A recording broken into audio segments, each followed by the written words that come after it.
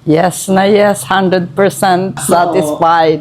Yes. Nakita ko actually last year, balik ako sa Canada, hindi ako nagpa-tats. Tawagan mo, mag-appointment ka na para makapunta ako.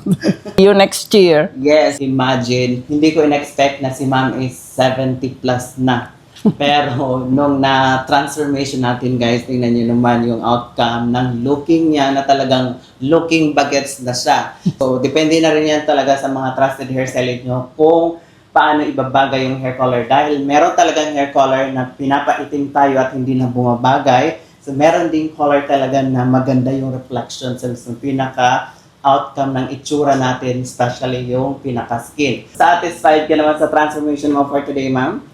Yes na yes, 100% satisfied. Yes. So, nakikita mo yung vlog namin, ma'am, sa Canada pa? Yeah, nakita ko actually last year dito na nung nagbakasyon kami. Yes. Kaya sinubok kong pumunta and bumalik ako sa Canada, hindi ako nagpatat sa Canada. Dito inulit ko sa iyo. So plano mo na talaga. Talagang Dito lang ba hair color? talagang yun ang aking yun ang aking Plano. kailangan tawagan mo, mag-appointment ka na para makapunta ako. No, that's the truth. Imagine guys, si ma'am nasa Canada pa siya. Tapos nagplano na siyang umuwi agad sa Pilipinas dahil gusto niya magpa-color sa atin. Yeah. Imagine, grabe, kaya niya kaya ganun mag-antay. So yun, ginagawa mo lang, ma'am, is nag-routing ka. Yes. Yes.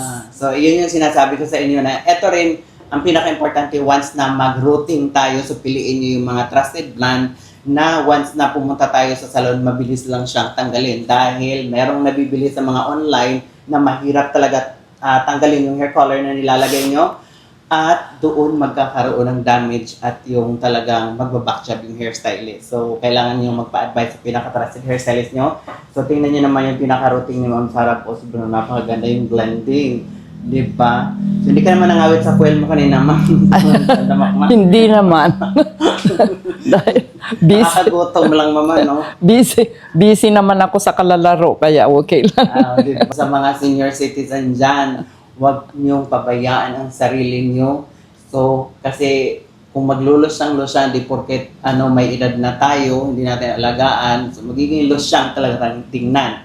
Pero kung talagang gusto mong magiging bagets tingnan, so kailangan mo na magpaganda lang. So, ayan, thank you so much, ma'am. Thank you din. See you next year. Yes, you're welcome. Shout out pala sa family ni ma'am dyan sa Canada. Sa Canada, ma'am? Sa Toronto. Toronto, Canada.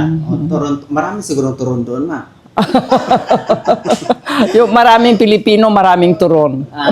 So, ano pangalan ng mga anak mo? Shout out natin. Si Janice, Jason, and Joyce. Si Janice and Jason and Joyce. Shout out siya sa Toronto, Canada. Pero doon na kayo nakatira, mama, no? Yeah, doon ko Ilang pinanganak lahat. So, Ilang 51 years na ako sa Canada. Ala, imagine. Grabe. Since 1974.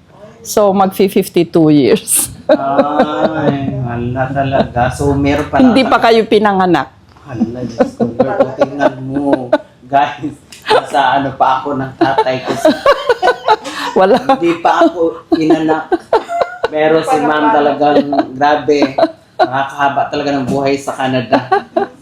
So yun. Once again, shout out sa mga family ni ma'am dyan sa Canada. And God bless you po sa inyong lahat. Ayun. Thank you so much, ma'am. Thank you din. Welcome.